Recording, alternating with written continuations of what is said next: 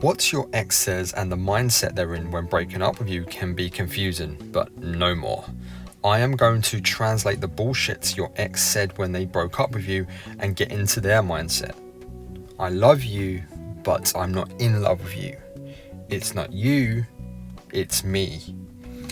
I'm just really stressed at work, and insert some other generic line they heard from their favourite rom-com Disney bullshit here. Confusing, right?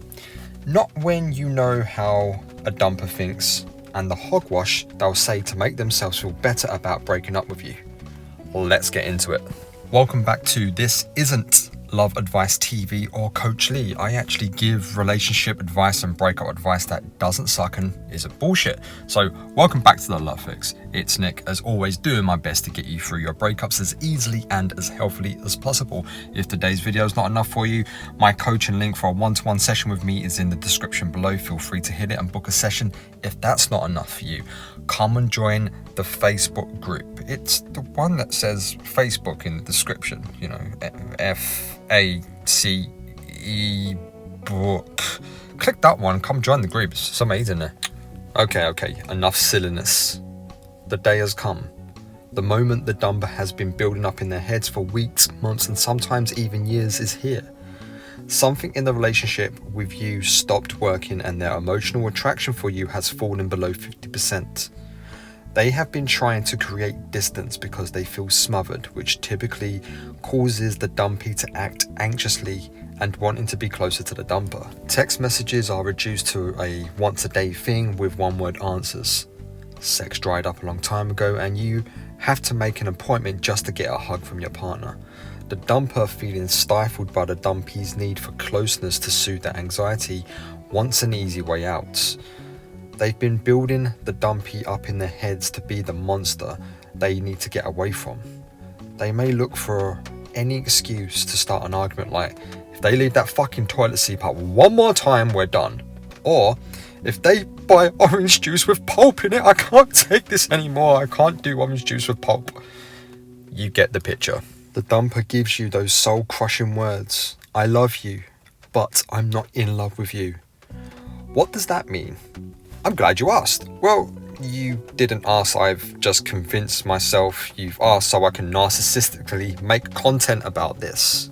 What does in love mean? If we strip all the fat off it, that in love feeling or limerence or the spark is there to get us to make babies, otherwise known as the honeymoon period, which will last 1 to 3 years. Everything is perfect and you can do no wrong during this phase. Even your farts smell like a bed of roses to your partner because they are high on dopamine. This is all fine, but we must be aware that the in-love feeling, the spark, will always wear off over time. Therefore, in reality, love is nothing more than a chemical imbalance to facilitate the continuation of the human race. How fucking romantic, right? That's how I imagine they make love in Germany. Very efficient are the Germans. One can't help but respect that. Moving on. When we fall in love, what is really happening is a flash flood of dopamine coursing throughout our veins. We feel amazing, but serotonin levels drop, so the ability for us to see red flags is almost completely switched off. Imagine a time where you were hopelessly in love with someone, and everyone except you can see how shit that person was, because you're high as a kite on dopamine and you can't tell your arsehole from your elbow. But before you start blaming your dumper's dopamine high for the breakup, the dopamine response, the in love feeling, is meant to happen at the beginning. It's there to get two people to bond. In today's world, the problem arises when dopamine downregulates for our long-term hormone oxytocin to take over. Oxytocin is the family hormone, for lack of a better term. Loyalty, togetherness, building something, and so on. Sadly, oxytocin isn't as sexy as dopamine, and this is when the spark fades. 2 key reasons your ex may say I love you, but I'm not in love with you. Number 1, there is no compatibility, no chemistry, or too much of one and not enough of the other. So giving your ex the benefit of the doubt in this case, they may not be that into you any longer. Them saying I love you but I'm not in love with you is their way to prevent any potential explosive drama from you. At this point, the dumper wants a quick exit because they feel shit for dumping you. In most cases, the dumper does not want to hurt you, but their efforts to soften the blow often backfires because they're caught in a lie essentially, further hurting the dumpee. Number 2, the dumper is a dopamine addict, and they have been indoctrinated by Disney films. Every prince has a princess, every princess has a prince, and all that happily ever after bullshit. Constantly chasing the feeling they felt for you in the first 6 months, they become ever more disappointed because they can't capture the same high with you any longer. We as human beings are insidiously good at normalizing everything. Think back to when you tasted pizza for the first time when you were a kid. It was the most amazing, magical experience of your life. Fast forward to now, you still like pizza, but it's nowhere near as good as when you first tried it. It's the same with anything. It's like traveling. The first 20 countries you go to are amazing, but once you've been to your 100th country, it's not as great as it used to be. So, what your ex labeled as in love is just a massive dopamine high, and they are forever chasing it. When they come down from their high and realize they can no longer get it back with you, they will search for a new source in the form of cheating, rebounding, monkey branching, or in some cases they have a little bit of time being single and they start dating someone else for that in love feeling. The caveat to all this is maybe you as the dumpee wasn't doing what you were meant to be doing as a romantic partner, and your ex dumped you because you weren't showing up for them.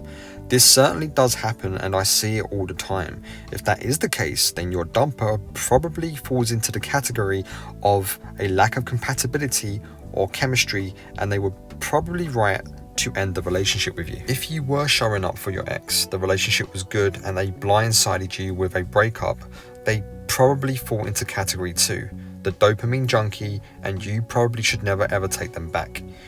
You don't give an addict what they crave the most, you send them to rehab. I love you, but I'm not in love with you is most of the time a dopamine junkie looking for their next fix.